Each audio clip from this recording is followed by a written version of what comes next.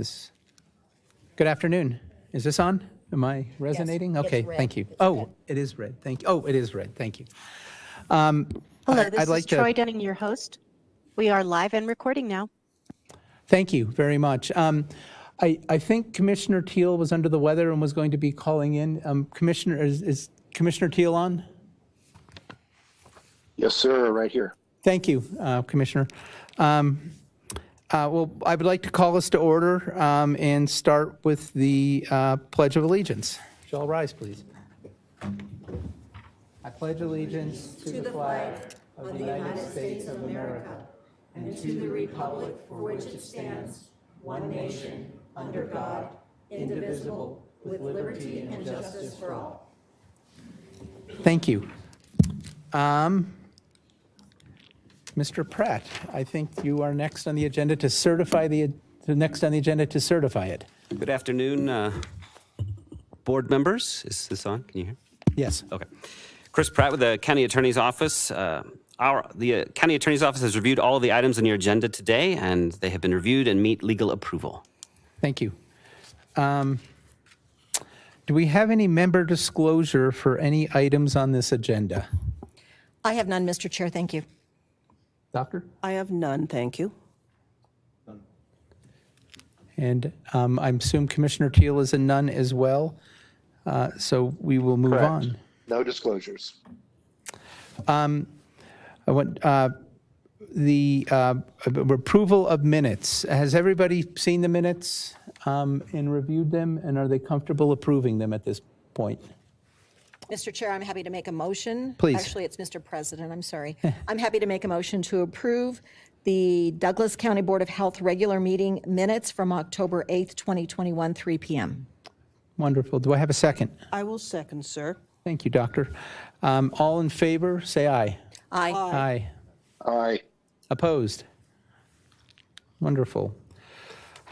So let's move to the first item on the agenda, informational update on the contract for COVID-19 response services. Do we have a presenter, Mr.? Good afternoon. Mr. Surback? Yes, Thank sir. you. Good morning, board. Good afternoon. I'd like to just give you a brief update of what's transpired since you last met. We've gone through a search of potential vendors to render assistance to us as we take over the COVID-related services for Douglas County. The Board of Commissioners yesterday approved the vendor that we selected. I've been in contact with him. We've been strategizing. We've been aligning with CDPHE and also Tri-County to assure that that process is done in a seamless fashion. I received my first update from our staff, our contract staff, just before coming in. They've taken over the footprint that they're going to utilize, and they're setting up the IT and telephone service for that facility. So they'll be up and running. We're coordinating the credentialing and the training necessary with CDPHE. We'll be heavily involved in that next week. We'll be doing some actual cases towards the end of next week, and then we'll be taking over those services on November 22nd. And that's it in a nutshell. If you have specific questions, I'll try to answer those as well. Well, it seems like the process is moving along smoothly, and I am impressed with the cooperation that both CDPHE and Tri-County have provided, and it seems like it's moved along well, smoothly and professionally. Is that accurate? I would concur with you. In general, I would specifically call Ms. Ann House and Nicole Comstock as being just incredible assistance to us in this process, helping us identify funding that was such that it didn't cause a contingent remainder to the county. We were able to identify those funds throughout 6 months, and just notified prior to coming here that that particular stream of funding has been renewed by the federal government through December 31st of 2024. So we have opportunity to continue in this fashion moving forward. Wonderful. Well, thank you. Well, for my part, and I think for the board's part, obviously, if there appears there's going to be a gap in services or a question with respect to funding, we would like to know as soon as possible. I think that won't happen. It sounds like things are running smoothly, but you are, of course, on notice to keep us informed if there appears to be any glitches. My colleagues have any questions for Mr. Surback? I have none, thank you. No, thank you. Well, you did a great job. Thank you, Mr. Surback, and thank you for your work. I know you have been running 100 miles an hour for some time, and it hasn't gone unnoticed, and we greatly appreciate it. Well, it helps when you're working with good people. And Douglas County has really been great to work with, and the state's been phenomenal in this. Thank you. Next up, Mr. Pratt, we have an amendment to the IGA between the Board of County Commissioners, Douglas and Tri-County Health Departments for the provision of services. This is an action item, is that correct? Are we? Yes, that's correct, Mr. President. We would be asking that the board authorize you to sign and the secretary to attest to that, to formally enter into this agreement. One of the purposes of this amendment, this is an amendment to the IGA that the county and Tri-County Health originally entered into to continue services as this health department stands up. And as part of that, as you just heard, we will be taking over the COVID disease control and mitigation efforts. This is a formal agreement to do so, and to add the Douglas County Health Department as a formal party to that agreement. Okay. Well, I would open the floor, and I note I didn't do public comment after the last item, so what we'll do is we'll consolidate public comment in after for this item and the last item. My apologies, I got on a roll. But I would turn to my colleagues and ask if any of them have any questions for Mr. Pratt or the county manager or anyone else. Thank you, Mr. President. I will just add that I have had the opportunity to read this amendment, and in my opinion, what it does is it just reiterates that Tri-County Health Department is going to continue to provide all services that a public health department needs to provide until the end of December 2022, with the exception of any COVID tracking or tracing services. And this IGA just reiterates the agreement that we have in place, the relationship we have in place with Tri-County Health, that will continue except for the piece with the COVID-19 response services. And John Surback already explained to us how Jogan Health will be providing those to us effective November 22nd of this year. Thank you. Thank you. That's a really important point, Commissioner, and thank you for emphasizing that. And I want to emphasize some other points that the transition will be will take effect on November 22nd. There's a couple of contingencies, unless, of course, there is staffing issues that we would run into, in which case then it would not, and we would have to discuss that with Tri-County, but it doesn't automatically, the staffing needs to be in place in order for this to be, for this order to take effect. And of course, that we anticipate that that CDPHE will be providing reimbursement for the services that we provide in the event that that for some reason did not happen. Then there would be have to be a discussion between us, Tri-County, and I presume the state about who was going to be paying for these services. Is that correct as well? That is correct. That is in the agreement. It states specifically that should CDPHE be unable to pay for the services during the period of time that this is in effect, it's in effect for 6 months initially, because that is what the Jogan Health contract is for initially. The parties will cooperate to renegotiate financing provisions of the IGA itself to ensure sufficient funding for these services. So Right. that is correct. And I think it's an important point to make that the county will be reimbursed for its expenditures on this. This is not an additional expense to the county. This is reimbursable expenses, and so what we're taking on are duties that will be reimbursed. And in the event that CDPHE could not do that, then we would have to sit down with CDPHE and Tri-County to determine why they couldn't do that and how the county was going to be reimbursed for those expenses. So thank you. Are there any other questions? Comments? Let's open it up for public comment. My apologies. So we'll open it up for public comment for both the update that Mr. Surback gave and also for the IGA amendment. And I would invite any speaker to come up and offer us comments. Is there anybody on the line that would like to comment? Thank you, Mr. President. I do have a Philmar Johnson that would like to speak, and I am unmuting him now. Thank you. Go ahead, sir. Thank you. And Mr. Johnson, Hi, thank you. Mr. Johnson, if you would just provide your name and the town in which you live, we would appreciate it. Of course, Philmer Johnson. I live in Parker. I apologize if this answer was already given, but what services is this company, Jorgen Health, going to be providing? Mr. Surback, do you want to? Point of order, if I may, Mr. President. Let's make sure that the public comment is finished before we right. invite a discussion of the issue. Thank you. I was on a roll again. Thank you for that comment. We will address that. Are there any other comments on the line? Thank you, sir. I have no other online comments at this time. Mr. Surback.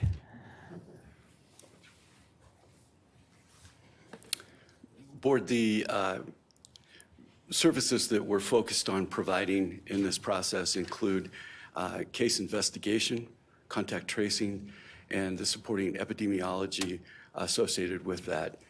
That's our focus, and outbreaks, monitoring the outbreaks. Okay. Thank you. Mr. President, I did just have another hand raised. Would you be willing to let me unmute them? Oh, of course. Thank you.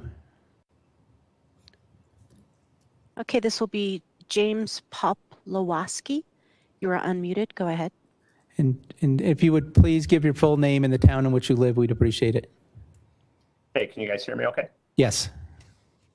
Yeah, James Poplowski, 11989 South Swift Foxway, Parker, Colorado. Just trying to understand the costs, and I believe we've all been watching the costs anxiously to make sure that we are not spending more than what we were previously with Tri-County Health.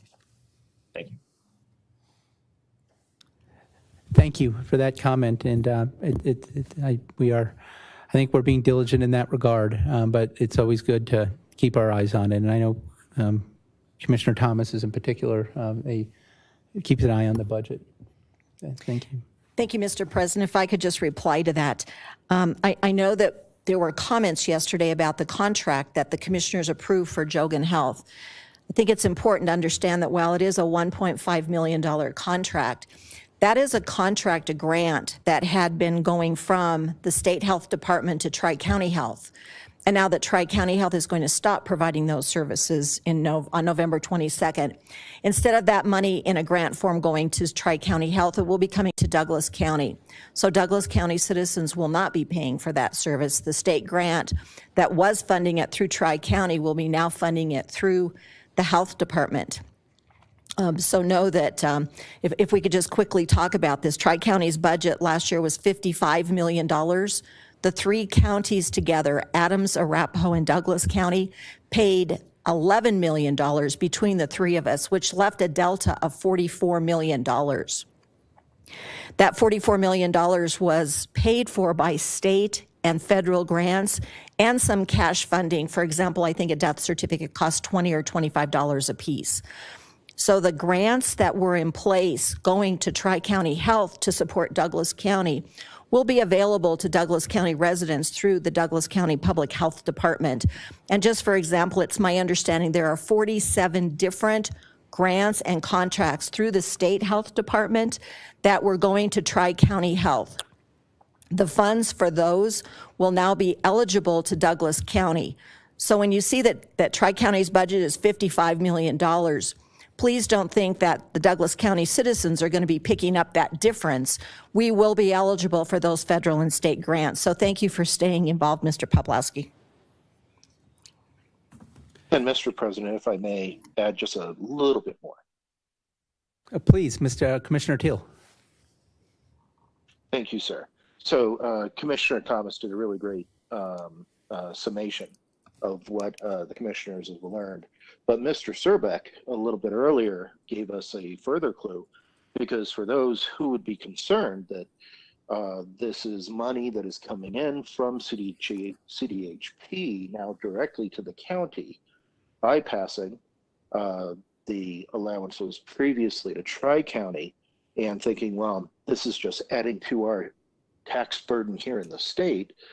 Mr. Surbeck gave us a clue as to the true origin of these funds when he mentioned that Congress had reallocated this grant to the states recently as well. So, folks, this is really the mission, the task of public health here at the local level to track COVID and conduct COVID disease prevention. It's not necessarily something Tri-County was doing on its own. It's not even something that the state of Colorado is doing on its own. Indeed, this is a federal mandate in response to the COVID crisis.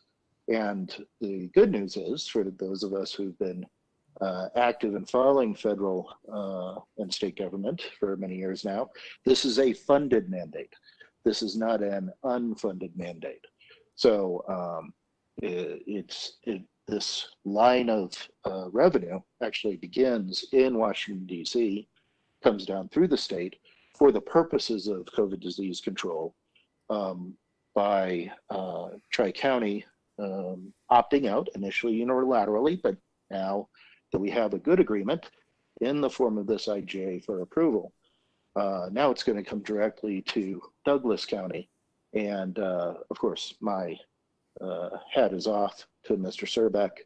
And of course, you, Mr. President, I know you were involved in the negotiations as well to get us a good transition plan with Tri-County, establish exactly what that budget would be coming from CDPHE with the line of revenue. And then, of course, closing the loop with the contractor, Jogan Health, a Casa Pines company right here in Douglas County, who will be the providers of the service here in Douglas County. Thank you, Commissioner Teal and Commissioner Thomas. I think that provides a lot of great context, I think, for folks that are listening about how this worked. And you're right, it came together well, and Mr. Surbeck deserves a lot of credit, as does the county manager, who was on a bunch of phone calls as well, and Mr. Pratt. And also, I think we're going to have a great delivery of services because of this contract, and I'm really excited about it. With that, I would like to open it back up for discussion among the board members, or I would entertain a motion to move, a motion in a second to move the IGA. Is there any other discussion? Do I have a motion? Mr. President, I'm happy to offer a motion to approve an amendment to the intergovernmental agreement between the Board of County Commissioners of the County of Douglas and Tri-County Health Department for the provision of local health services. And let me just add that this says the Board of County Commissioners. Should this be the Board of Health, Mr. Pratt?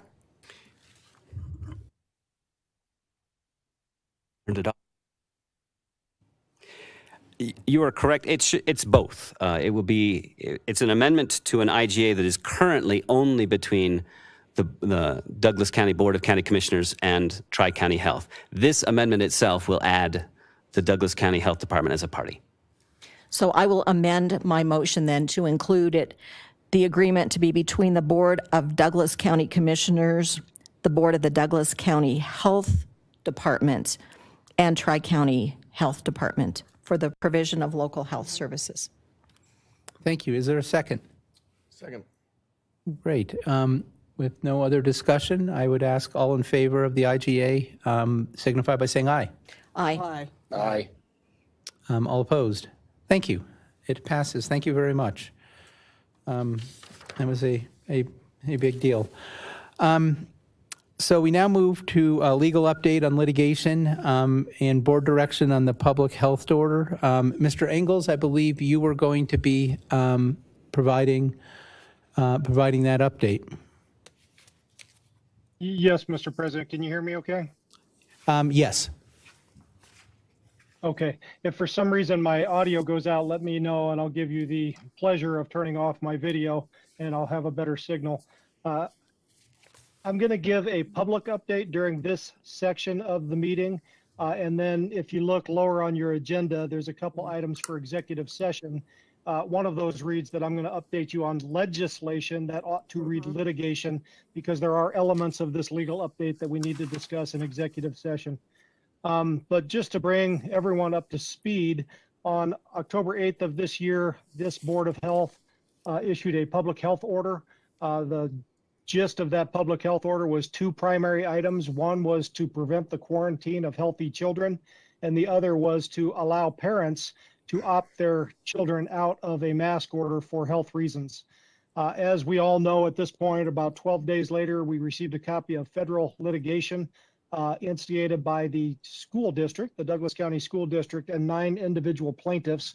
They were seeking initially a temporary restraining order and ultimately an injunction against this order because it, in their opinion, violated the Americans with Disabilities Act. Less than 2 days later, we were told we would be in court on the following Monday to defend the TRO.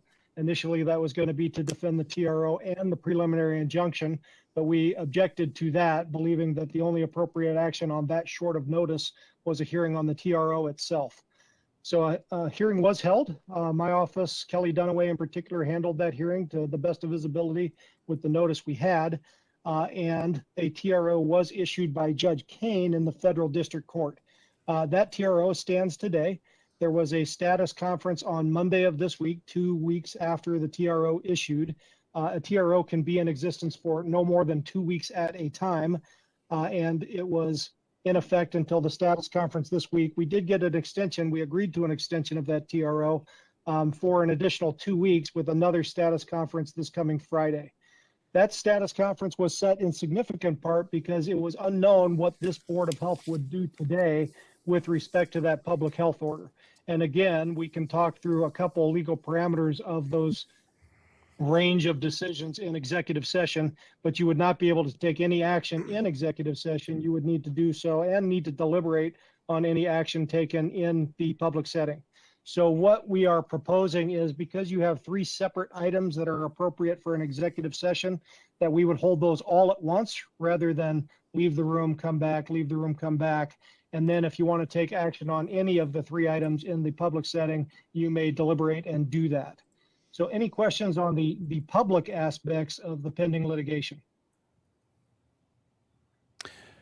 I'm seeing no questions. I do want to have a few thoughts I wanted to share. As we are all aware, a federal district court has placed a TRO on our public health order, and after the Douglas County School District brought suit claiming that our order violated the Americans with Disabilities Act. The order does prohibit us from enforcing the order in Douglas County schools and allows the district's mask mandate to exist as it did before our order. We are evaluating how to move forward in light of the TRO and also in light of last week's school board elections, which saw a new slate of candidates elected. My understanding is following the election is that the new school board will in some fashion address the district's current mask mandate. My goal as president of the board is to provide necessary accommodation for all students in Douglas County, and that also provides for parental input. And I think that's the goal of all of the board members and of the county health department. Another critical element will be my determination to seek input from our community so that our board will have familiarity with the potential public impact of our decision-making before taking action. And that's really important for the public out there. You know, their input does make a difference, and we would really like to have public input into the mask mandate, or excuse me, the mask order, and we would also like to have public input, frankly, on how we should be proceeding, and specifically as it relates to, you know, their individual child and how the mask mandate impacts either positively or not the ability of their child to get the best education. Now, we would like to do this without litigation if at all possible. Therefore, I'd like to direct staff to take the following steps. First, prepare for a joint meeting the week of November 28 with the newly constituted school board.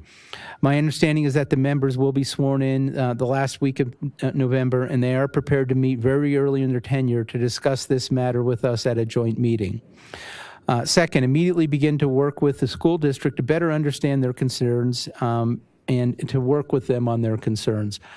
I think a dialogue with the school district immediately, and understanding that there's a new school board coming in, but I think we shouldn't wait to have that dialogue. I think we should begin it now. Third, begin discussing with medical experts the risks and benefits of masking in schools from both a health and psychological standpoint, and be prepared to brief the board at some point in the future. I think these steps will help us move forward in making a determination and making a determination on the best path.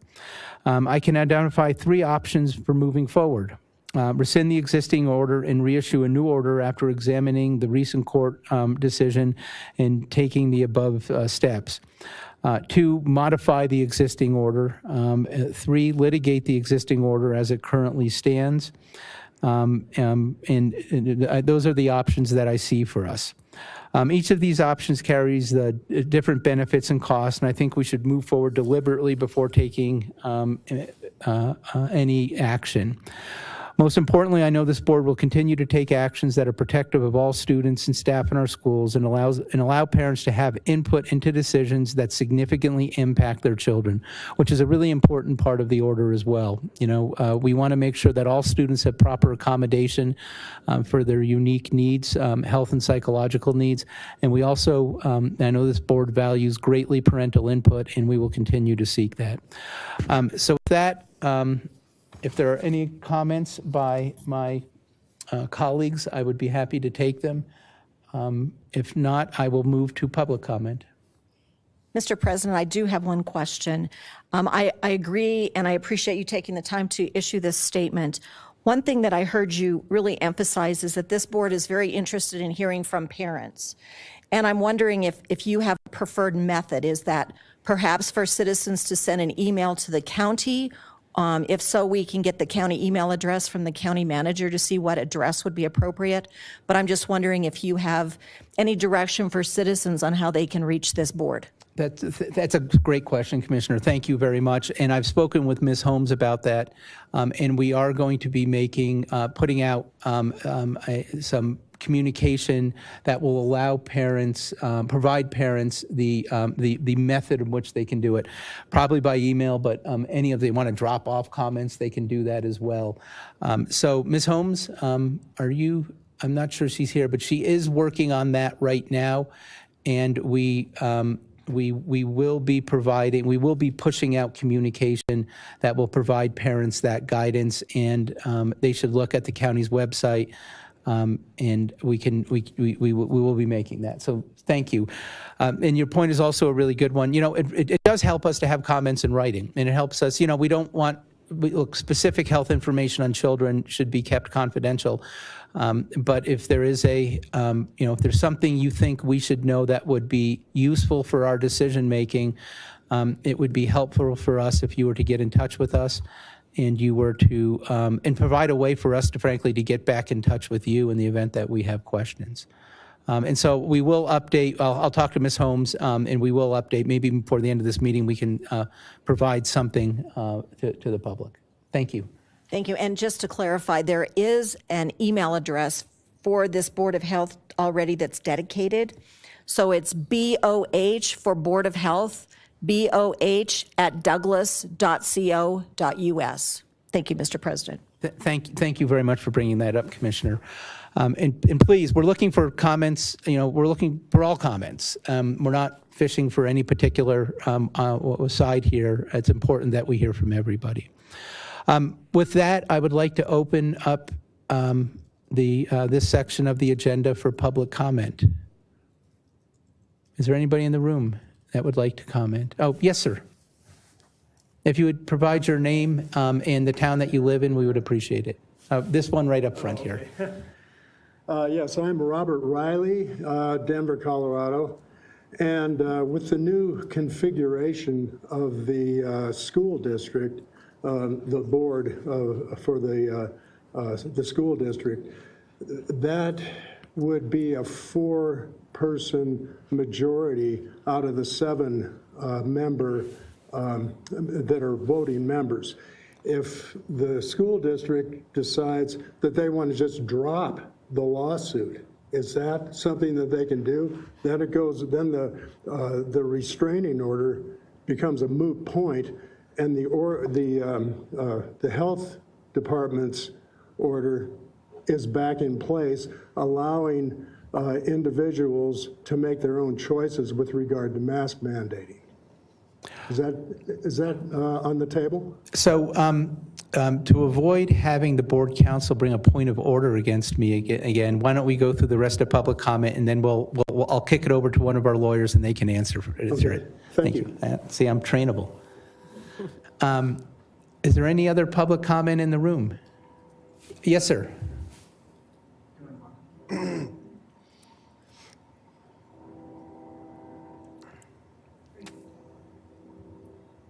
I'm a concerned parent from Parker, and I just want to understand if the possibility exists that that you would withdraw the health order. I'll give you a microphone here, sir. And if you would provide us your name, please, and we would appreciate it. First and last name? Yes, please. Yes, Jeremy Hall from Parker. Thank you. And my question, I'm sorry for not waiting for the microphone. My question is, I want to make sure I'm a concerned parent, and I don't necessarily want to provide comments out of order for a concerned parent. I will wait for the right forum for that. But I want to make sure that as a concerned parent, I want to understand the possibility that this board would withdraw the order, and thus the suit would then be withdrawn. And then what, I want to understand that because I don't understand the full ramifications here. But as a concerned parent, the concern that I have is that my child would then not have an option for opting out of the masks if that is the choice of the parent. And I just wanted to have some clarification there. Do you understand the question? Yes, sir, I do. Okay. And I think the two questions may be tied together. And again, if we'll go through public comment, and I will kick it over to Mr. Engels and Mr. Pratt, and they can provide the response. Is that okay? That's fine with me. Thank you very much, sir. Thank you. Any other comments in the room? Thank you. Are there any comments online or online? Thank you, Mr. President. I do have several comments online. The first speaker will be Jessica Kaiser. Jessica, you're unmuted. Go ahead. Hello, this is Jessica Kaiser from Parker, Colorado. I just want to make sure that you can hear me. Yes, we can. Thank you. Okay, I just wanted to note that the litigation was brought by the school district, but in addition, 9 individual parents on behalf of students with underlying health conditions. And it's important for everyone to realize that these are real parents with real kids with real concerns. And tonight I heard this Board of Health say that it's important for all students to have proper accommodations for their unique needs. And it seems to me that that was not a concern that was considered or addressed in the public health order. And so I would really ask this Board of Health to consider those students. I personally am a parent of a Douglas County school district with an underlying health condition. And this pandemic is hard for those parents in a way that a lot of other people in this county do not seem to understand. In addition, outside of that context, I just want to note that, in my view, the TRO hearing before the district court judge was not close, and I think that the district judge's order reflects that. I note that on Monday there were 4 new attorneys from a large and very expensive national law firm that appeared for the Board of Health. 3 of those actually came from out of state, from I believe from Florida.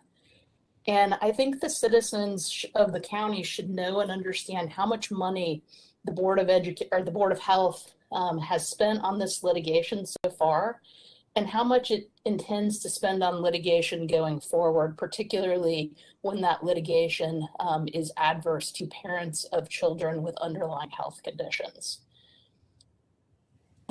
Those are my questions. Thank you. Thank you. Next comment, please. Thank you, Mr. President. Next comment will be from Robert Marshall. Sir, you are unmuted. Go ahead. All right, thanks. Can you all hear me? Yes, we can. Thank you. Yeah, I just want to pretty much echoing Ms. Would you provide the town that? Would you provide the town you live in, please? And sure. Thank you.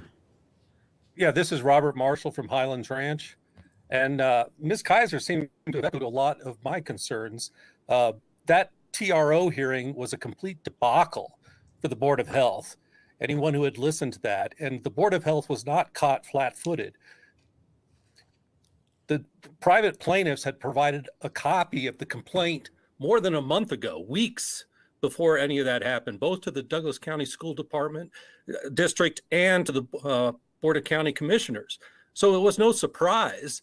And the Douglas County School District decided, rather than being a defendant on the losing side, that they'd switch and be a plaintiff. Now you went out and hired Greenberg Traurig with 3 very, very expensive attorneys coming from Miami who are specialists in defeating ADA claims that probably cost $700 to $1,000 an hour for each of them. And you want to continue this litigation? For what purpose? It makes no sense. Again, it was a complete debacle if anyone who listened to that and continuing to try and go against what the ADA requires and not allow the Douglas County School District to make their own decision. It just makes no sense. The opposing attorney to the Board of Health was even pointed out in the closing arguments that you didn't even have your own Board of Health doctor who's on the board even put an affidavit or testify. So it's very concerning, the judgment of this board. But thank you. Thank you. Next comment, please. Thank you, Mr. President. Next, I have James Poplowski one more time. You are unmuted, sir. Hey, you can hear me, obviously, right? Yes, we can. Yeah. Thank you. It's always hard. Normally I'm down to see you guys, but I was picking up children today. But just wanted to, again, we'll continue to pile on that we expect a great deal of protection from you guys. 14 kids have been hospitalized since we left Tri-County Health.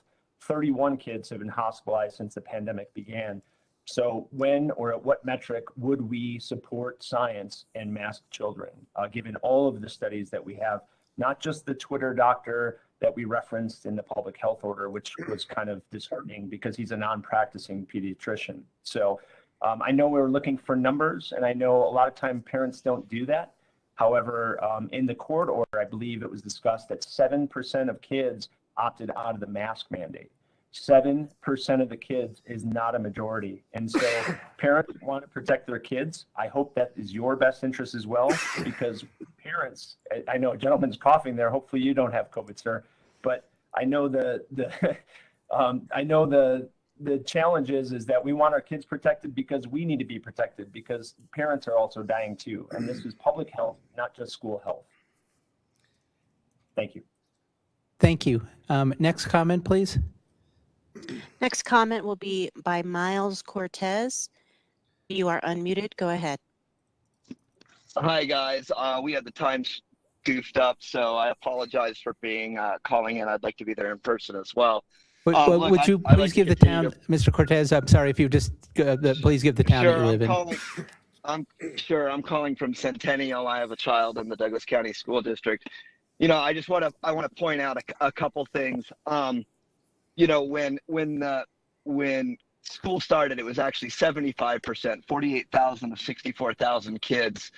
Parents sent their kids to school without masks. So it's not 7% that want to be unmasked. It's more like 75%. And you know, the callers that are calling in and talking about the court hearing being a debacle. Look, this is this is a political issue, and we got in front, as everybody knows, an extremely liberal judge. The court rulings on this, just for everybody's edification, in South Carolina, Iowa, and Tennessee, have all been ruled on by liberal.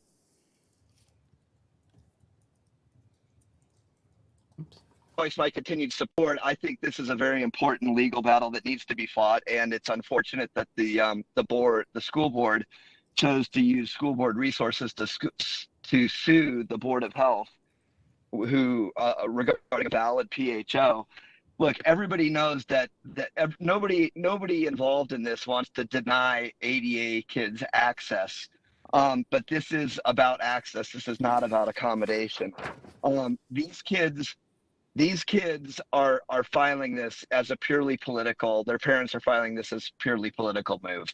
And we all know that it's very important that you spend the money, and it's unfortunate that we have to spend the money, but it's very important that we spend the money to fight this and make sure that good law gets put on the books in the 10th district in Colorado and around the country. You know, this is about providing kids access, and these kids were not denied access in prior years when we had a flu season that was much deadlier than this.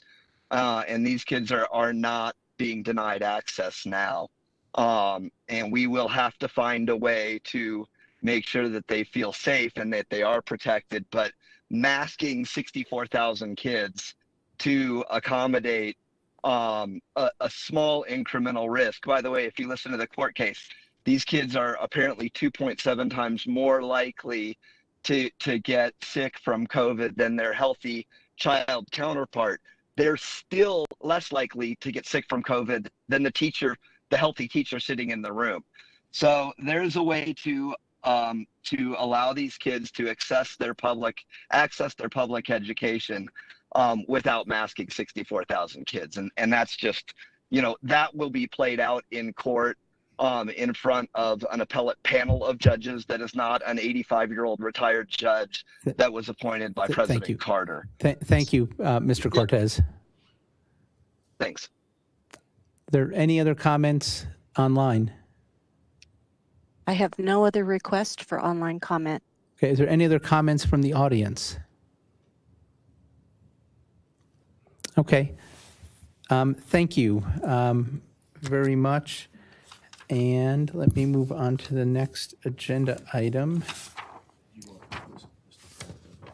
Oh, thank you, Commissioner Bracken, or thank you, Councilman Bracken. Mr. Pratt, yes, we had several questions. If you would respond to those, we would appreciate it. Thank you, Mr. President. I will do what I can. Some of this material and information will be covered in the executive session, and we can't get into legal advice here on the dais. But I will do what I can, and I know Mr. Ingalls online will help me if I run astray. But the first question was, what is the effect of a new Board of Education? What effect will that have if they, if, for instance, this new board chooses to withdraw from the court case? But I believe we also heard from another member of the public who pointed out that there are other parties to this than the Board of Education, the school district. So it is not a sure thing that if the school district withdraws from this case, that the litigation would go away. Next, there was a parent who asked about if we were to take action to withdraw the public health order, what effect would that have? I would point out that at this time, for parents in the school district students, that would have no effect because the court has suspended the public health order for the school district. I believe that was all of the questions that I had, unless there's anything anyone else wanted answered. No, there is not. And so we will move on to an update on the hiring process for a public health director. Ms. Leary.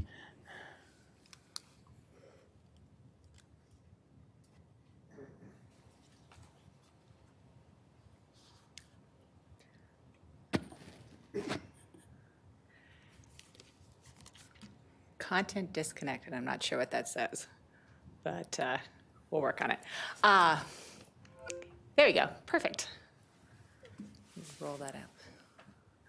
So this doesn't quite fit, I think, on the screen. Let me see if I can make it a little bit bigger here. Laura Leary for Staff and Human Resources. What we wanted to do today was to get an opportunity to stand in front of you and give you a little bit of an update with what we are doing with respect to the recruitment, which I know is of massive interest of everybody that is on the board. And we are actually right in line with where we thought we would be. We started the recruitment process with our consulting firm, CPS HR Consulting, and we did that approximately 2 weeks ago on the 28th of October.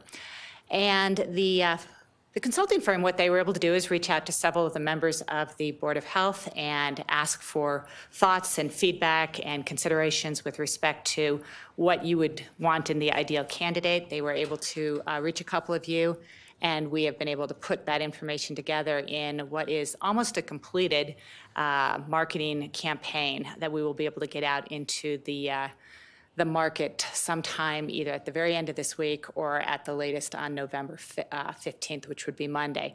So I want to talk a little bit about sort of where we're at in that process. Having a consulting firm is really great because they're able to do a lot of the work so that the Board of Health is able to really come in at the end process once they have identified those quality candidates that you would definitely want to see and are seeking out. We are going to open our recruitment process again on Monday, if not a little bit sooner. We might be able to get some of that out in the market. The collateral marketing materials that they've put together are really nice. I think that's going to be incredibly professional, very slick. I think it represents strongly what this Board of Health is looking for, and also does a really nice job of, I think, attracting quality candidates across this nation. We know that living in Douglas County, it's a pretty nice place for people to want to come work at and live in the state of Colorado. And we want to be able to make sure that we are out there advertising that very well for the folks who are maybe national candidates and not necessarily just local. Commissioner Thomas and Commissioner Teal, who are on the phone, or who's on the phone, we are actually embedding one of the videos of your State of the County that we thought was really a nice way to address some of the resiliency of the folks here in Douglas County. I think you'll remember it was the very beginning video, started out the State of the County address. Many of you were there. And it talked about what happened during the pandemic when everything stopped and where we're at today, where everything is back online and has restarted, and we have a very vibrant community, and we have a very forward-thinking and aggressive outlook here in Douglas County. So we're really happy to be able to use that as well. We will put the Public Health Executive Director Advertisement and Marketing campaign out in the public sector across a variety of different job boards, contacting a variety of different professional organizations. And there will be a soft close on it. And I just wanted to talk about that a little quickly. What happens when you have these, we will keep this position open until it's filled. But we do sort of a soft close, and 3, 4, 5 weeks out in this case, that gives people the kind of a last day to apply. They'll then take those applications. They will do phone screenings in late December, and that will be through CPS HR. And then early in January, we will be placing the first round of interviews with the Board of Health. Those will be done by video to make it easier for all of you. I know everybody on the Board of Health has additional job duties and responsibilities outside of just the Board of Health. We want to be able to try to make that as easy as possible for each of you. And then in late January, that will be the final round of interviews, and that will be when we actually have folks here in person. And there will just be a small number of candidates at that point that you will be able to meet in person and really talk with and try to get to know through that process. And then the hope is that by mid-February, we'll have a selection and appointment. Now, I caveat that just a little bit. We know that, for instance, the week of Thanksgiving is a short work week, and shockingly, a lot of people want to spend time with their families rather than write cover letters or fill out applications. So we know that's a bit of a dead week in terms of recruitment process, and that's why we're going to go ahead and wait, keep the job with the last day to apply into December 17th there. That's a Friday. We know that there might be a little bit of movement in terms of time frame around whether or not your schedules are going to be available in January. We know that's a bit of a tricky thing. And also when you are able to pick your finalist and select and appoint that individual, it could be that that person is coming from out of state and not local. And that could result in somebody having to move and having some timeframes around that. But we will try to be really clear with all of the candidates that this is a critical position. We are, working with the Board of Health. They're very excited, obviously, you guys are, to make sure that we get somebody in here that's really highly qualified and meets the needs of this board. So we will work through that, and I'll try to keep you updated along the way. So questions from any of the board members or Commissioner Teal on the phone? Oh, Commissioner Thomas. I would just like to add that for those of you who don't know Laura Leary, you actually spent time in the healthcare business before you came here with us. So you have a fair amount of knowledge to help us with this process. And I have worked in lots of government throughout my life, and I have never seen a government that works as efficiently and produces the kind of results that this one does. And I have every belief that you are going to find us an excellent executive director. And I've said this before, and I'm going to continue to say this, that I think 5 years from now, people are going to look back at this really great public health department that we have built in Douglas County. And there are other counties that are going to want to replicate what we are doing here. So thank you for your excellent work at the front end of this, Laura. Certainly. Any other questions from other members? Well, I just would echo what Commissioner Thomas said. Thank you for your hard work, and and board, I'm sure will be a successful conclusion. And I will look forward to you're a standing agenda item, as you probably know. So I look forward to the updates. Thank you. Sounds great. Thank you. I would open it up to public comment now. Is there anybody in the room that would like to comment? Is there any comments online? Thank you, Mr. President. I have no online requests to make a comment on this item. Wonderful, thank you. With that, then, we will move on to the community health assessment presentation. Ms. Brightsman.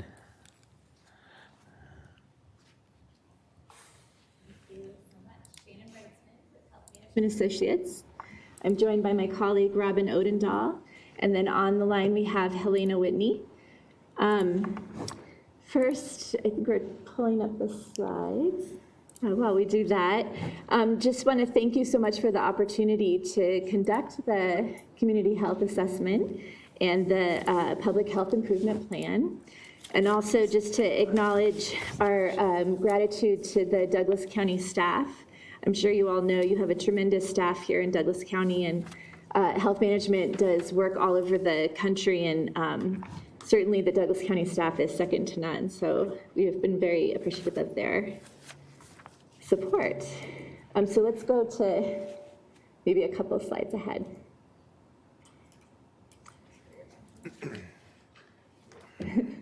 So this shows you quickly where we're at. Maybe one slide back. That's right.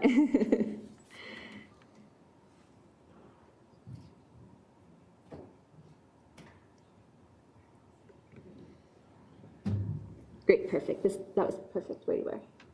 There we go. So we're going to give you. Clicker for the PowerPoint. Oh, great. So I can click. We're going to give you a very high-level overview of a document, the community health assessment, that is over 100 pages long, right? And it's chock full of data and information. We're going to give you a 20-minute high-level overview of the highlights, and then have a few minutes for questions. So when we're doing that, we have a few questions that we want you to keep in mind.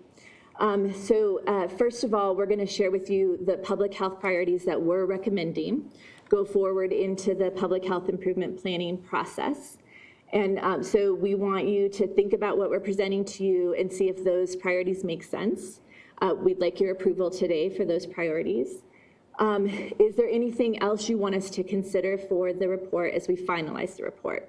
So we're going to bring that report forward to you all December 8th. So that report will be finalized by December 8th. And then finally, how would you like to be involved in the public health improvement planning community meetings? So for the commissioners, so Commissioner Thomas, Commissioner Teal, these are already in your calendar. So that will be the week of December the 6th. But for the rest of the Board of Health members, how would you like to participate or be involved in those meetings? So we'll talk a little bit more about that at the end of the presentation, but be thinking about what that might look like. Okay, so let's see, I still might have you do the, yeah. So the community health assessment, just as a foundational bit of information, is really an assessment of the health status of your community. Many of you know that. And it's really looking at key problems and strengths in the community. The goal of the community health assessment, or the CHA as we'll call it for short, is to inform the prioritization of public health focus areas and strategies to address those focus areas. And so more information about what a CHA is, more information about the public health accreditation process is going to be in that report. So we won't go into a lot of detail on that here. And then a community health assessment is meant to answer, sorry, next slide, yeah. Is meant to answer these key questions here. Again, more information about our methodology and our approach in how we conducted the CHA is in the report itself, but all of it is driven towards answering these key questions. We used a modified framework called MAP, which is Mobilizing for Action Through Planning and Partnerships. It is a framework that's endorsed by the state as well as by FAB. And so more information, again, I won't go into it here, is in the report. And then wanted to provide an overview of the kinds of data that we look at. So we look at both qualitative data and quantitative data.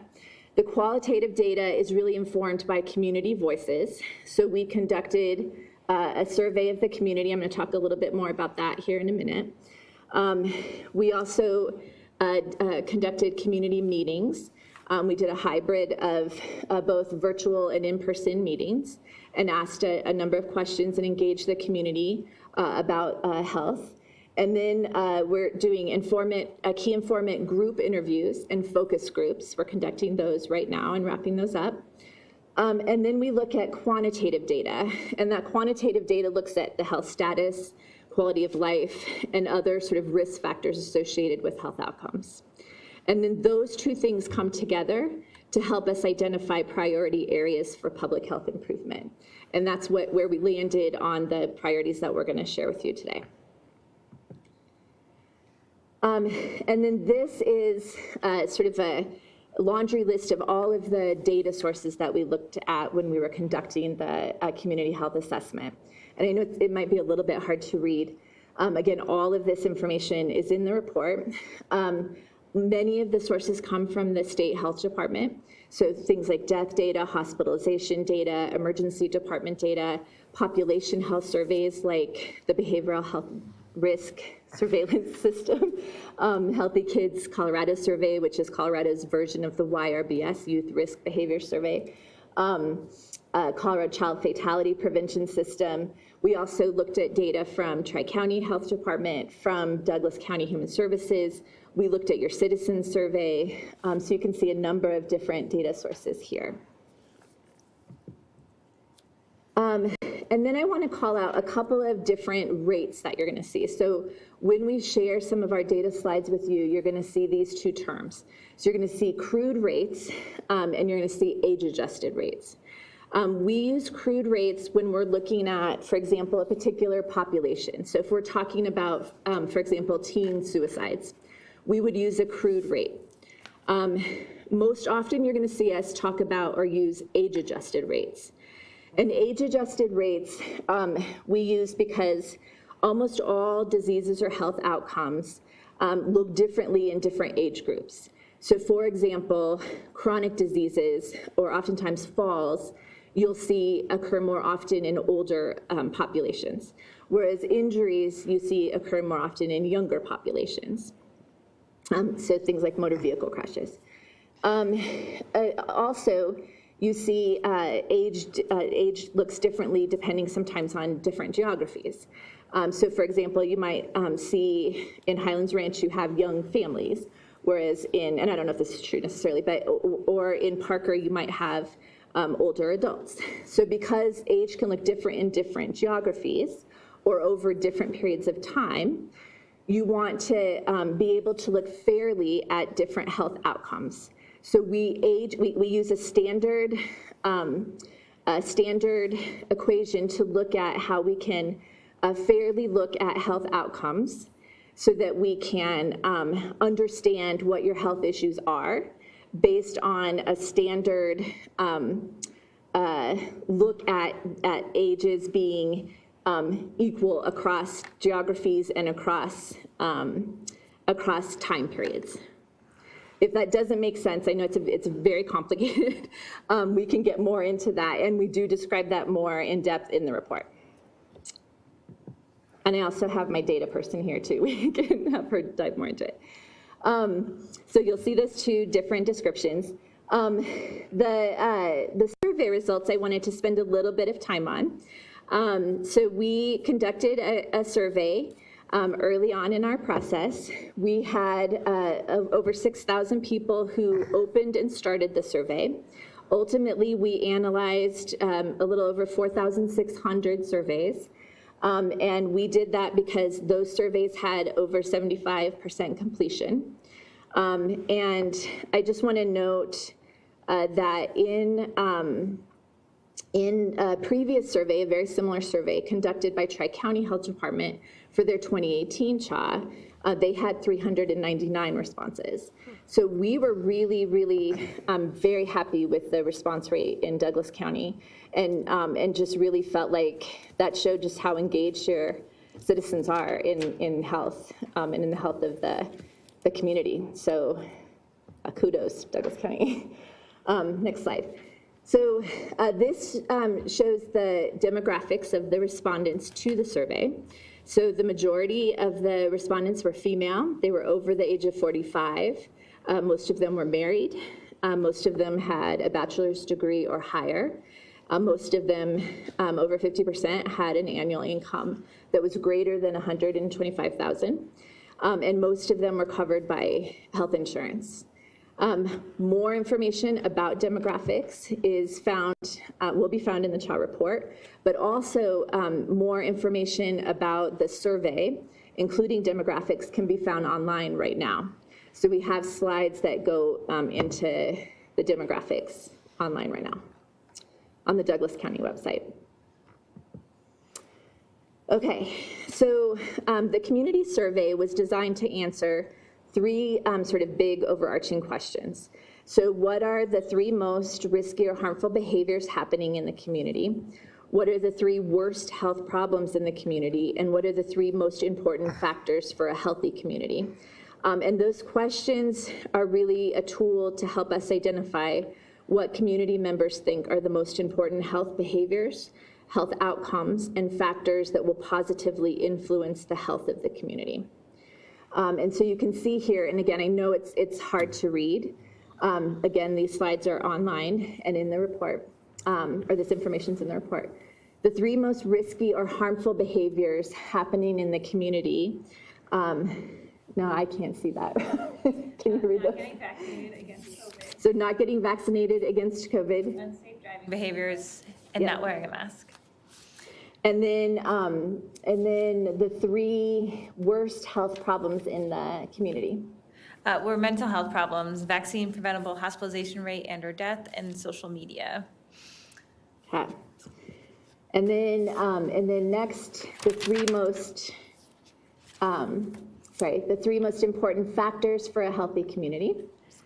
It was focused on low crime, safe neighborhoods, access to healthcare and good schools, Great. And then that slide here on the right looked at indicators for community connectedness. And there are a number here, and we can, I would say read some of them, Robin, but what I want to call your attention to is the green indicates strong agreement. So you can see that for most of these indicators, Douglas County citizens really had strong agreement that that Douglas County represented these indicators of community connectedness, which is great, very positive.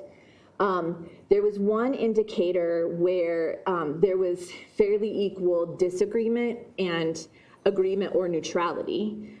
So that very light green is neutrality. And so why don't you point out a couple of the ones where there was very strong agreement and then point out the one where there was neutrality? So there was some very strong agreement around the community is a good place to grow old, that the community is a good place to raise children, and that the community is a safe place to live.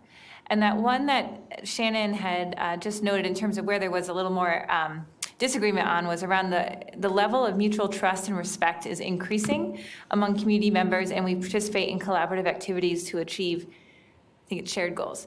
That was the one where there was, of all of those, the most responded to stated disagreement.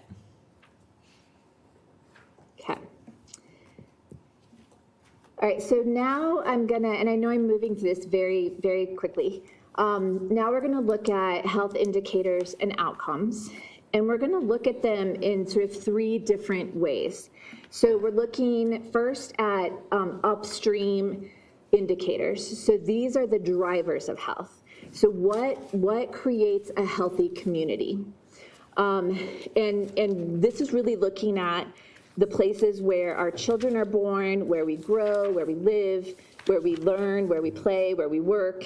All of these things contribute to our health. And so we call them the domains of health. And we're talking about things like access to social and economic resources, so economic opportunities, access to quality education, access to care. So do people have access to a doctor? Do they have health care? Are there barriers to getting that care?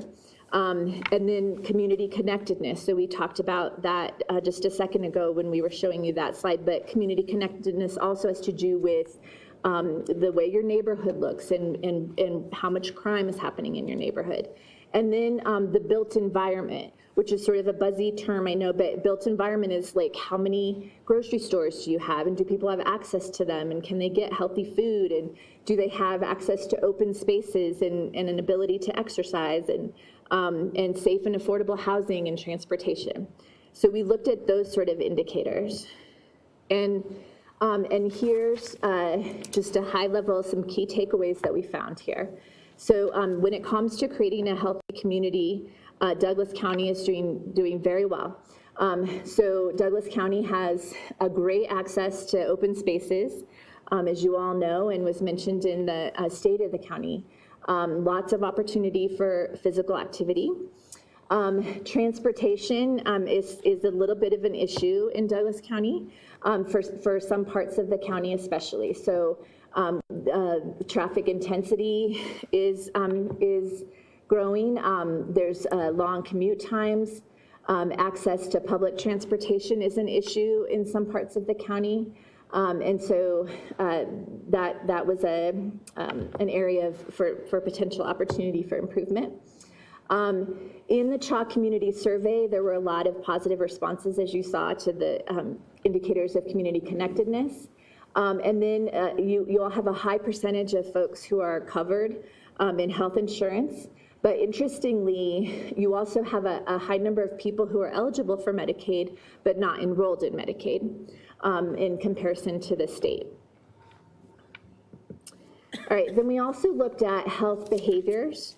So those things that oftentimes lead to poor health outcomes. So things like smoking, the way that we eat, not exercising. So these are the sort of categories of those indicators that we looked at. And overall, we looked at 154 different indicators across behaviors and health outcomes. And those were the health outcome indicators that we looked at. So the first thing that we're going to show you is just regarding the general health status in Douglas County. So let's go ahead and move to that. So here we're looking at mortality data. Mortality data provides a snapshot of current health problems, right, and patterns of risk. So here you're looking at the age-adjusted death rate per 100,000. And you can see here that Douglas compared to Colorado, the age-adjusted death rate for this period of time, 2010 to 2020, is lower, but that it did raise between 2019 and 2020. Next slide. And here you can see the percent of deaths by cause between 2016 and 2020. And so we pulled out a couple of interest, and so Alzheimer's disease was one of those that we thought was interesting in terms of the rate of Alzheimer's disease for your county. So you'll see a couple that are pulled out there, drug-related overdose deaths as well. We're going to get into that here in a little bit. And Robin, feel free to jump in if there's any you want to point out as well. Next slide. And then here we're showing life expectancy, or the average number of years a person can expect to live. And we showed the life expectancy rate in Douglas County compared to Colorado, as well as the life expectancy by 4 race and ethnicity groups. So Douglas County has a longer life expectancy rate compared to the state. And then the data suggests that there are race and ethnicity differences here. So Asian and Hispanic residents in Douglas County have a longer life expectancy compared to Black and white residents. All right, so let's get into our recommended priority areas. So our first recommended priority area is behavioral health. And we're gonna show you just a couple of key takeaways. Here you're looking at the age-adjusted rate per 100,000 for drug-related overdose deaths. And you can see here the trend in drug-related overdose deaths in Douglas County was lowest in 2014 and 2015. The lowest point for overdoses involving opioids was in 2018. But an increase for all overdose deaths happened in 2016 and then again in 2020, which included an increase in opioid-related overdoses. And then we also wanted to share with you your age-adjusted rate per 100,000 for suicide deaths. So you can see in the state, in this time period here, 2010 to 2020, that in the state, the rate has remained, fairly stable, although it's going up. And then in Douglas County, it's going down.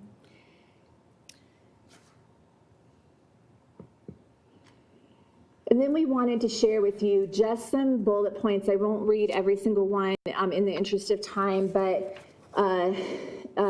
just to kind of, again, reiterate why we felt like this should be a priority in Douglas County, including, what resources you have and what you have going for you here.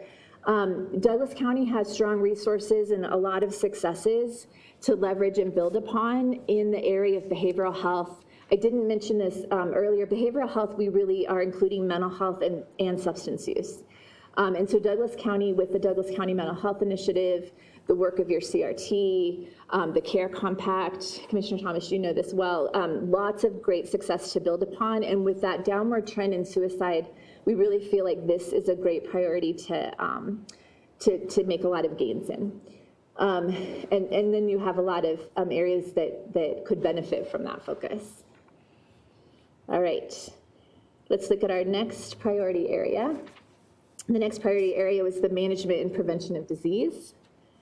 And in this priority area, we're talking about both chronic disease and communicable disease. So chronic disease, such as heart disease, cancer, and diabetes, which most of you know is the leading cause of death and disability in the United States. And communicable disease, which is a disease spread from one person to another through a variety of ways. Not just talking about COVID, but inclusive of COVID here. And so here we're looking at cause of death, chronic disease. These are age-adjusted rates, again, per 100,000 in 2020. And so you can see for chronic diseases, the leading causes of chronic disease were due to cardiovascular disease. And then the next slide, the percent of adults who have ever been diagnosed with coronary heart disease. I want to point out here, these are self-reported. This is on the BRFIS, Population Health Survey. We are waiting for updated data from CDPHE. It's delayed because of their COVID response. So we expect to get that. That's partly why we can't deliver the report to you today. We want that updated data. I don't expect that this is going to look very different.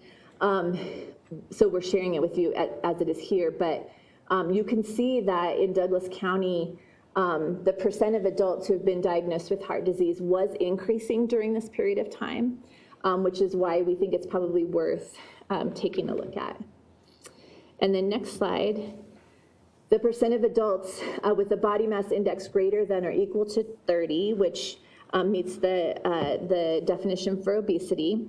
Again, you can see here in that period of time, Douglas County did see an increase, and that increase was increasing faster than it was in the state. So thought it was probably worth looking at. And then with regard to communicable disease, I wanted to look at vaccine rates. So the flu vaccine rates are higher in Douglas County compared to Colorado. That should say were higher, because again, this is based on BRFIS, so these are a little bit old. And then wanted to look at cause of death due to COVID. Now again, these are age-adjusted rates per 100,000. So, Douglas County's age-adjusted rate per 100,000 is lower than the state. 60 per 100,000 deaths compared to 67 per 100,000 in Colorado. And then this slide is really meant to show you the COVID deaths by race and ethnicity. So you can see here that there are more deaths among Asian American and Pacific Islanders, followed by Hispanic, and then you can see the rest of the distribution here. And then wanted to show you here the most recent information. This was as of 11/8. I think this was presented to the county commissioners on the 8th. For your county's COVID data, this is updated, I believe, daily. So this is something that you obviously probably do already take a look at fairly frequently. The vaccinations there are not people, that's the total number of actual shots. But that gives you a sense of the average age at which people are dying of COVID, that's 79. And then other data you can see there, I won't read each of those. And then our whys here around management of disease and prevention of disease. Again, some things to pay attention to, but also resources to sort of take advantage of and leverage. Lots of open space, but we also saw that more than half of residents within your major cities live within a 10-minute walk of a park. So opportunity for physical activity and outdoor spaces. So pause for a minute so you can look at that. And then our third priority is injury prevention. And we'll take a quick look at that. So here you're looking at age-adjusted rates of death due to injury, Douglas County compared to Colorado. And between 2018 and 2020, there was an increasing trend, slight increasing trend, both in Colorado and in Douglas County. And then looking at the next slide, the age-adjusted injury rate per 100,000 by type of injury. So you see all injury there, and then we've pulled out unintentional injury. And then part of unintentional injury is falls and motor vehicle, okay? And then suicide and homicides make up intentional injuries. And then for Douglas County, falls is your leading cause of injury. And it is at a higher rate than the state between 2016 and 2020. Okay. And then looking at suicides in particular, we wanted to point out suicide. So your age-adjusted rate of suicide, and then looking at by method. So between 2016 and 2020, so the majority of your suicide deaths, a little more than half, were by firearm, and then followed by hanging or asphyxiation or suffocation. And then you can see the methods down from there. And then looking at motor vehicle crashes, you'll see here, again, the age-adjusted rate of deaths due to traffic crashes per 100,000. And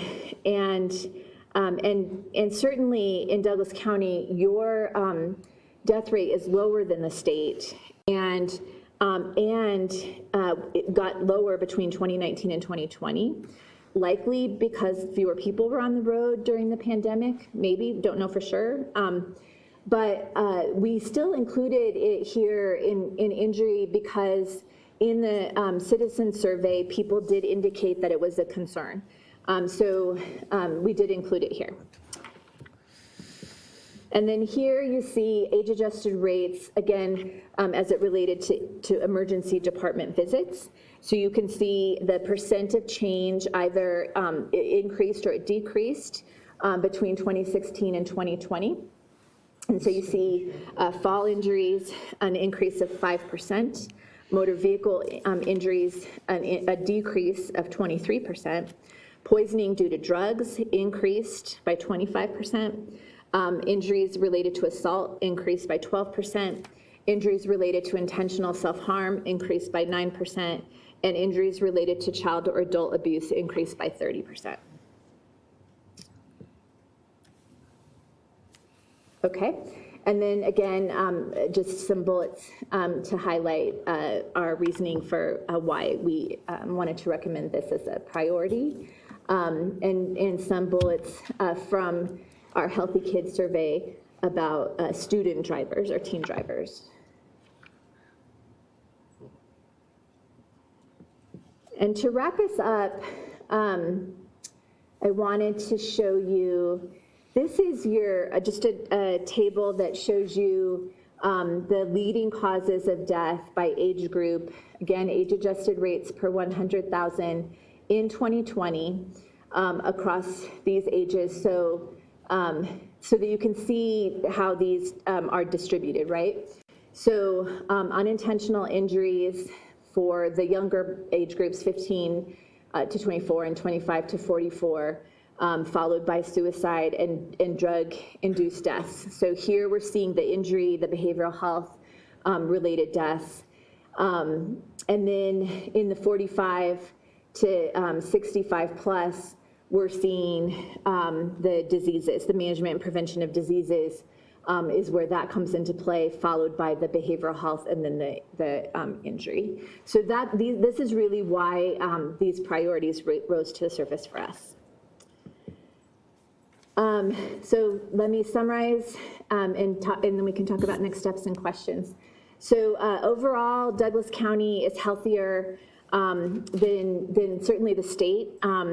You've probably heard in other settings that Douglas County is one of the healthiest counties in the country. And so great.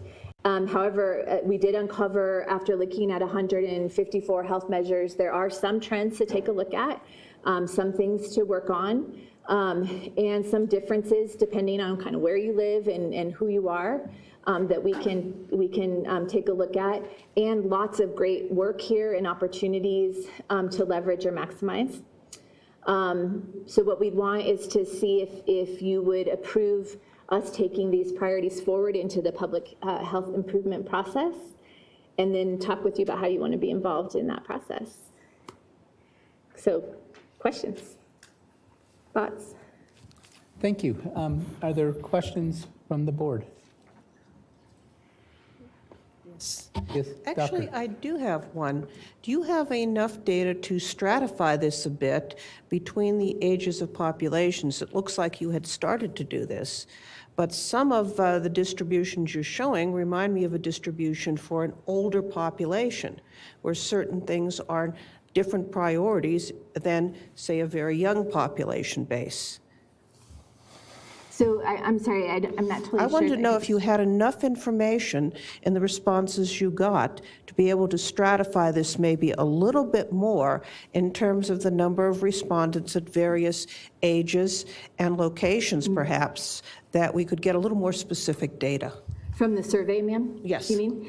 You know, I think that given that the survey is just one component of the data, I think my answer to that would be yes. I think because we use the survey, and we didn't show all of the demographic information here, but we did get a pretty wide range of respondents in the survey. I would say given that we have that wide range plus the other data that we have, I would say yes. Yeah, and see, I think that would be very valuable, because if there's certain groups that we can pick out that are outliers, it might be worthwhile to direct our health resources towards those groups. Yeah, agree, ma'am. Yeah, and one of the other things that we've been able to do is to do some, as I mentioned, some key informant groups and focus groups with populations that we felt were sort of missing. So Spanish-speaking individuals, older adults, and then we reached out to some particular sectors like the childcare business sector. We tried to reach out to the restaurant business sector. So we're trying to think about who are those particular groups that that might have a unique perspective, or that we didn't feel like we hit in those other areas. I appreciate that. That's very good, and I would appreciate it if you could provide some information to the Board of Health for that, because I want to make sure we do not leave any of our at-risk populations behind. Yes, ma'am. Thank you. Yep. Thank you, Doctor. Commissioner Thomas? Hello, Shannon. I am actually met Shannon. I was under contract to work at the Colorado Department of Public Health and Environment from 2004 through 2010, when we worked on the National Violent Death Reporting System. And I did that for 7 years, and I learned so much about homicide and suicide and how the health department worked while I worked alongside of you for those 7 years. I think it's interesting, but I'm not surprised that behavioral health is the top one that you list here. And I really believe that Douglas County has a cutting edge solution to mental health issues, and I think that reflects in the dropping of our suicide numbers since 2017, when we, through the direction of Barbara Drake, started the mental health initiative here in Douglas County. The management and prevention of disease, you know, you talked about the affluence here with the average, the lowest I think you said the average salary was $125,000, or that was the range? Of respondents to the survey. To the survey. And so I think that, combined with what is going on here with injury prevention, makes it clear to me, and I agree with what you have shown us so far in this survey. And I would just like to add that there were over 6,000 respondents, and when Tri-County did this 5 years ago, they had 300. Yeah, so we had over 6,000 open it and start it, but really what we were able to use was about 4,800, I think, in all said and done, yeah. Consider 4,600? Yeah. Considerably more than 300. Considerably more than 300. So I think this has a lot of value, so thank you for everything you presented today, Shannon. Thank you. Mr. Councilman. Yes, thank you. So, yeah, I've seen this a few times now, and we've dove in. So I appreciate the time and effort and the adjustments and you know, shifting the shifting the information around for us so that we can get a clear picture on what's happening. So, so this will be great. This will be great work for the advisory committee to now go through this and be able to recommend the departments that our committee will be recommending to the Board of Health. I've taken some of these comments here and we've merged it into a document, and we're doing a ranking system to be able to offer a final recommendation to this body in the beginning of December. So to answer your question, and participating in the public health plan, we will. Our group will be finishing our recommendation here relatively soon, and I'll be getting with Barbara to finalize that soon. So, but thank you for the information. We will merge this into our advisory recommendation. So thank you. Great, thank you. Hey, Shannon, how are you? I'm good. How are you? We all worked at the health He department. used to be my boss. So we all understand each other. I have two questions, and you're going to need to get back to me on these questions, and I understand that. One, with respect to the sort of the attitudinal part of the survey, is it possible to look back on what Tri-County collected from Douglas County like 5 years ago and see how that has changed? It would just be kind of interesting. And obviously the COVID stuff's at the top of mind for everybody, and that makes perfect sense. Hopefully we're going to hit a point where that won't be an issue. But it would be interesting to see what people said 5 years ago and what they're saying this year in order to get an idea of how people's attitudes and views have changed over time. We're an aging county, and that may have some impact on how people are viewing this. Yep. Second, and this, you will need to get back to me on this, and I totally understand it. I have a math question. On the pie chart on the percent of deaths caused 2016-2020, you have COVID-19 as 2.1%. Yep. On the Douglas County COVID-19 data, you have deaths at 329.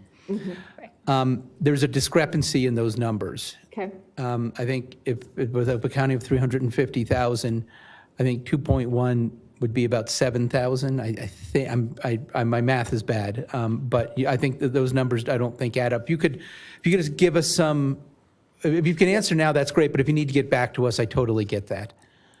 I'll just add one thing. It's not the numbers that we use, the counts that we use were 2016 to 2020 combined estimate. Right. So for COVID, it's a little funny because there's really no deaths for Right. 4 years ago or over the last 4 years. So the number looks different than the actual number because it's an average over 5 years. So it's a little funny when it comes to the COVID, but I'm happy to share, and I'll write up a sort of a methodology to that. Well, because I think people may look at that and they could be like me and come to an incorrect conclusion. So if you could just clear that up so we have a good idea, Right. that would be great. And there may be some questions that flow out of it and we can cut them off. That would be great. Yep, we could do that. Thank you. This is really well done. Like Councilman Bracken, this is my second time hearing it. It was great the second time too. So thank you very much. And if there are no other questions, we'll move to public comment on this. Oh, Commissioner Teal, I'm sorry. I didn't. Or do you have anything you would like to add? Not really, Mr. President. This is actually sort of my third time because I attended our local community meetings. And Shannon, it keeps getting better every time. Oh, good. Good to hear. Thank you. Well, thank you. Thank you both. And we will, public comment, if you would give us your name and the town you live in, we'd appreciate it. John Fielding, Pioneering. Frankly, I'm a little concerned about this study that the Community Voices survey may not be entirely representative of the county. My suspicion is that the respondents, it's a suspicion and I don't have anything to back it up, but is that the respondents to the survey are are excessively female, excessively active, or affluent, and excessively old. One of the things that could be, and I would point out that even though there are 4,000 useful surveys, this is a small part of our county, and this does not exclude, the numbers do not exclude the possibility of systematic bias. I would suggest that one thing that could be done would be to compare the respondents in the survey to objective demographic data about the makeup of our county and see how well the respondents to the survey match the external demography. And that could reveal certain sources of systematic bias in the community voices that the survey revealed. Thank you, sir. Thank you. Any other comments in the room? Thank you. Do we have any comments online? Oh, excuse me, Mr. No, go ahead. Commencement. I was just going to mention, this is part of the legal process that the Board of Health has to go through. So ask the community what, what their views are. So taking opinions into consideration with Mr. Fielding's comments, that's part of the process. We sure to adjust accordingly when we do apply the departments that we want to deploy. Certainly taking that into consideration is a factor. So this is like any other survey that happens with any other organization. It's a guide, not the final result of what's going to happen. It's a factor, right? Yeah, that is correct. This is an advisory survey. Do we have any comments online? Thank you, Mr. President. James Poplowski again. Go ahead, sir. You're unmuted. Thank you. If you give your name and town you live in for the record again, we'd appreciate it. Yes. Yep. James Poplowski. So I just, with respect to the community health assessment, the first and third survey results were vaccination and masking. So I hope the board is viewing this data objectively and, taking it to heart. The next thing, the young lady indicated with respect to the cause of death, obviously COVID is averaged over that 5 years. And so that was slightly concerned that it's not probably given the lion's share that you would expect it to have. I know April 2021, courtesy of CDC, says, ages 1 to 4, COVID deaths were top 7 as one of the causes. And then obviously older brackets were, number 1, number 3, et cetera, et cetera. So I guess, is there a way to see that within like the last 2 years? Is that something, that health assessment could show a little more granular data, or how does that work? Thank you. Do we have any other comments online? It appears I have no other requests for online comment at this time. Okay. With respect to the question that Mr. Poplowski raised, I don't know if you're in a position to respond to that or not. Okay. Happy to respond to that question. And we can definitely do that for 2020. The concern with 2021 is we don't have total deaths. So it would be a portion of 2021. And we'd have to work with CDPHE to get the data for this year that would be that current, because that's not publicly available right now. Okay. So we'll look into it. Thank you very much. Oh, I'm sorry. Would you please come up and just identify yourself for the record so people, and then I'll have another question once you sit down again and make your point. So I'm Robin Odendahl with HMA. Thank you very much. Okay, I think we are complete on public comment for this. The next item on the agenda is to go into executive session. Mr. Pratt, I will turn it over to you to explain. Thank you, Mr. President. Chris Pratt, again, for the record, with the County Attorney's Office. So under state statute on the open meetings law, this body has the authority to enter into an executive session, which is a portion of the meeting that is closed to the public. for the purpose of discussing things that are required or intended to be kept confidential. This requires a 2/3 vote of the body and an announcement of what will be discussed in as much detail as possible, as well as a reference to the statutory authority to enter into a non-public portion of the meeting. I will present those in just a moment. I just wanted to reiterate a couple of things. One, this is an option for you, although as legal counsel, I strongly recommend that the legal update to litigation be moved to an executive session so that you can get the legal advice you may need to make a decision on that item. The other two items are up to you if you want to enter into an executive session on those. And for the public's information, this public meeting will be held open so that at the end of the executive session, if this body wishes to make a decision or take any action, they can do so in a public meeting, which is the only point at which you could do so. You may not make any decisions in an executive session. If there's no questions on that, I will proceed to giving the authority to enter into executive session for any of these items. There are no questions. Please proceed. Sure. So the first item that has been identified for possible executive session is a legal update on the litigation, which was already publicly acknowledged before you. This would be under State Statute 246402(4)(b) to receive legal advice from an attorney. The second item, an update on the hiring process for public health director, interim public health director.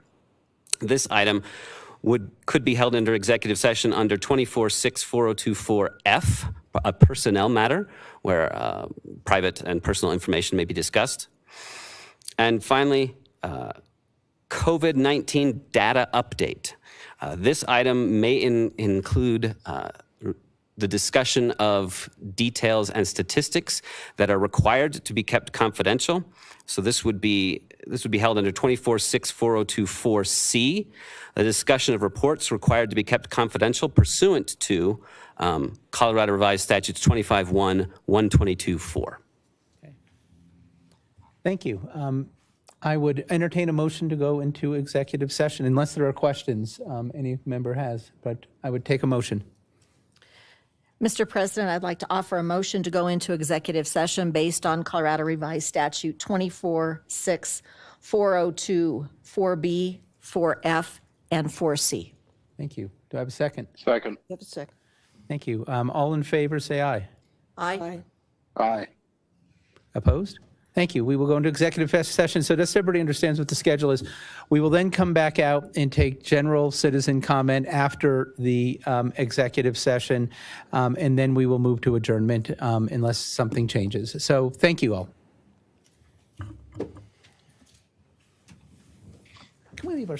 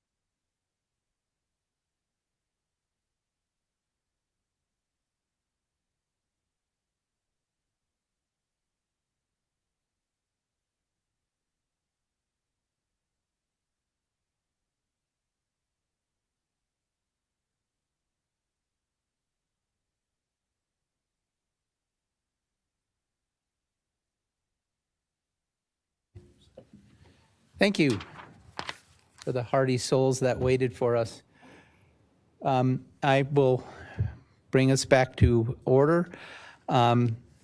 I would like to note that, and we were in executive session, we on the agenda, we focused on item 4A and did not get to item 4B or 4C. So with that, I would like to call for any final public comment from citizens. Yes. Just as a point of order, we no longer have a quorum because several of the board members just had to leave. So I think at this point it would be proper to simply continue the meeting until we can get a quorum reassembled. So no public comment? Not at this time. We can do the public comment at the continuance. Okay. Well, thank you, Mr. Pratt. I appreciate it. Okay, so what I would like to announce is that we will be continuing this meeting till 4 o'clock on Friday, and I look forward to seeing all of you back here. Thank you. Thank you, Mr. President. See you then.